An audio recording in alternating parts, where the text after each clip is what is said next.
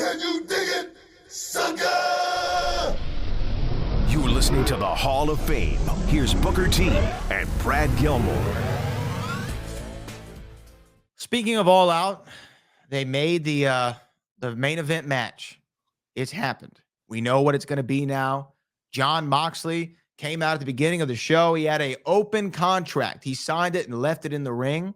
And then, what's his name? Ace Steel, who was one of CM Punk's trainers, came and grabbed the contract and took it to the back and then convinced CM Punk to sign the contract, right, at the end of the show. And now we know the rematch is happening.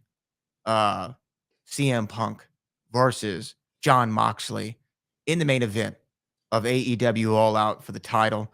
Punk had a fiery promo, very into it, ready to go, showing off his acting chops. I believe he did body shame someone in the crowd, just to use a buzzword. I just want to put that out there. If we want to attack CM Punk for body shaming, I mean, go ahead. but that's what we're gonna have. What do you think? They're doing the rematch. Does the angle that they shot last week on Dynamite make more sense to you or less sense to you, knowing that this is the end result? Is this the end result? Is it? Well, I mean, they're going to have the match at the pay-per-view. Yeah. My thing is, I don't know. I'm just gonna have to sit back and watch how the thing play out, just like everybody else. Because how does Punk not win the title, though? Well, how does he win the title after the way they left it? The cliffhanger. With CM Punk perhaps maybe having a broken foot. It's only 9 days later.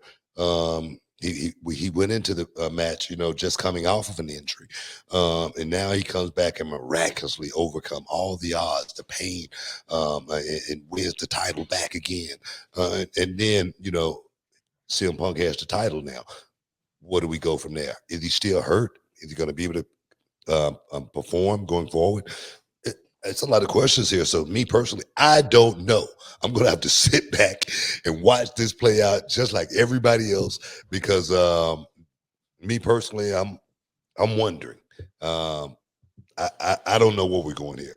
I'm in the dark. That's as much as I can say about it. Okay, I don't know if you know this, so I'm going to ask. Do you know where the pay-per-view is emanating from this weekend? It's in Chicago, right? It's in Chicago. So how does CM Punk look here, man, I get it. I understand everything that's going on, but I'm talking about the way all of this has been set up. I think it's been set up poorly. Well, it's like you got to be a superhero to be able to come back 9 days later to go through a grueling. Is it going to be another 3-minute match? Is it going to be 10 minutes? Is it going to be 20? Is it going to be 30? What are we doing here? I don't know. That's what I'm saying. So the picture is blurred, man, to the point to where I can't see exactly what's going on until it actually happens. So I'm gonna wait and find out. I'm not gonna try to get off into where this thing is going. I don't know. We're gonna find out on Sunday. Sunday. Yes. We'll find out. I'll be honest though. Just to say, the way that's been set up, I know they tried something different. Some people actually really like how this has been set up. To me, you only have one first, right? And to do the big title match for the first time in AEW, Jon Moxley versus CM Punk, undisputed championship on the line.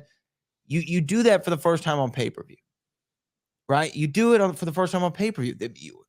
I actually care less about this match than I would have if they just waited. If they waited for it, I'd been like, oh man, this is can't miss pay-per-view.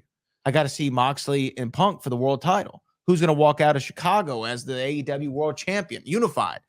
Now it's like, oh, well, who cares? Because if Punk wins, well, Moxley already unified the titles, so Punk's just winning the title back a couple weeks later. I don't know. I just don't like how it's been set up. If Moxley wins, it's like, oh, I just saw him beat him in 3 minutes. Well, I don't know how Moxley loses after just winning. I feel like they're setting him up to lose. That's what I feel like. Moxley. Yeah. Maybe, maybe, but me personally, I don't see what that does for Moxley. Zilch. Me personally, I just don't. So that's why I'm not off into booking matches. That's why I'm serious. That's why I try not to get off into this part of the show like you always try to drag me into. I'm not going to do it, bro. I'm not going to do it. I'm going to sit back. I'm going to watch this thing play out, and then we can talk about, how it played out and whether we liked it or not. Okay, we'll wait till Monday. That's the way I like to do it. Yeah. We'll wait till Monday. Last thing I want to say, because I know we're running out of time on the show. The last thing I wanted to say is cameras started rolling, Booker, on something that you and I almost exclusively are going to be excited about. The cameras started rolling yesterday on set of a sequel to one of our favorite franchises of all time. Do you know what they started filming yesterday? No, what?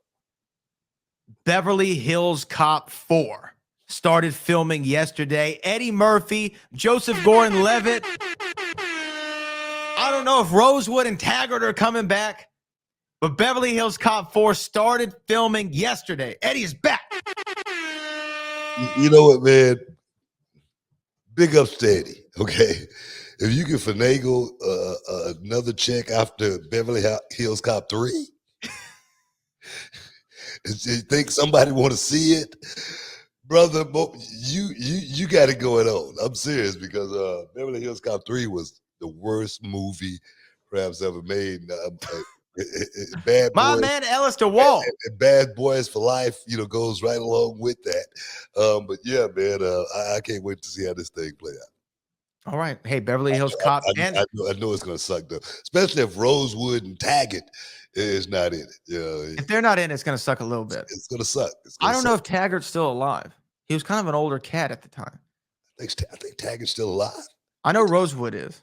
Talking about, we got to look that up. Can you dig it, sucker? You're listening to the Hall of Fame. Here's Booker T and Brad Gilmore. What's up, this Booker T, two-time Hall of Famer. I know you're checking out The Shine, checking out The Gloss. I want to thank you guys for checking out Row on YouTube. Hey, don't forget to click and subscribe to check out all the latest content right here each and every week. Now, can you dig that, sucker?